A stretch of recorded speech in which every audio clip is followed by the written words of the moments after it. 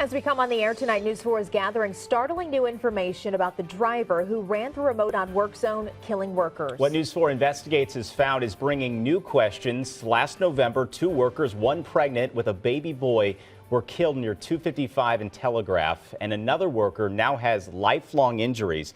News 4 investigator Susan Alcori has obtained police records involving that driver. They've never been seen by the public until now.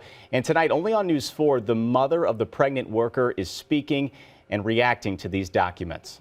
We know investigators are looking at the MoDOT crash as possibly being a medical emergency. But that may not be the first time. We found this police report showing 3 months before the deadly crash, he was in another wreck claiming a medical emergency. But that doesn't show up on his driving record. 911 St. Louis County, address of your emergency. Telegraph and Herb, yeah, he just ran a red light. Warning calls to 911. Weaving back and forth from one side to the other. He almost head-on hit several people. Couldn't stop the devastation. After listening to the 911 calls, He's driving really erratically. and getting told that my 6-month pregnant daughter died on her knees doing a job that MoDOT should have protected her makes me sick. The driver kept going on Telegraph Road in South County until he crashed through a MoDOT work zone and into a striping crew. We want justice. We want answers. The crash killed Tanya Muskoff's daughter, 25-year-old Caitlin Anderson. She was pregnant with her son Jax. 58-year-old James Brooks also lost his life. Michael Brown survived, Put a rod down through my leg. but will never be the same. All because someone didn't slow down and move over. Public records from Missouri Highway Patrol name the driver as 52-year-old Stanley McFadden from Hillsborough. He hasn't been criminally charged in the case. According to Highway Patrol, McFadden may have been suffering from a medical condition. He told investigators, "I do not remember the crash." You still got to take care of yourself.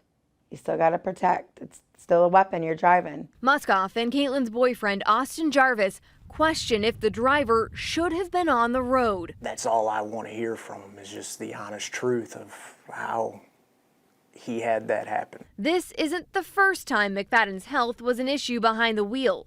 News 4 Investigates found Arnold police records showing 3 months before the deadly crash, McFadden wrecked his car.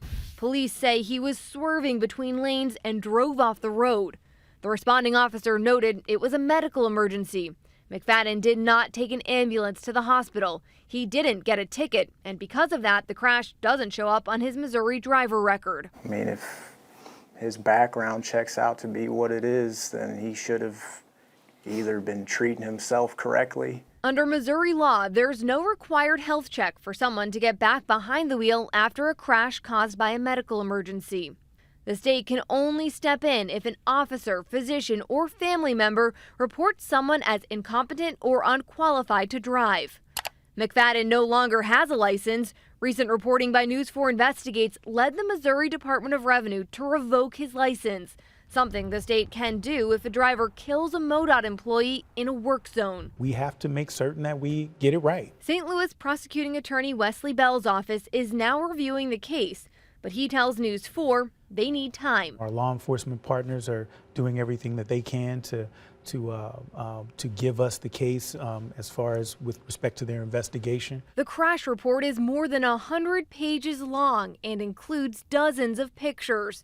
Missouri Highway Patrol claimed they sent those records to prosecutors nearly 3 months ago. Because it's an ongoing investigation, I can't get too detailed, but I will say there are, in this particular case, there are reports, experts, and things of that nature. Bell says his office doesn't have a timeline for when it will make a final decision. There is no charges.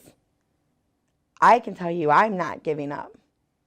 I will go to the next step, whatever I can do. He's driving really erratically. On that tragic day last November, multiple 911 callers reported the driver well before the crash.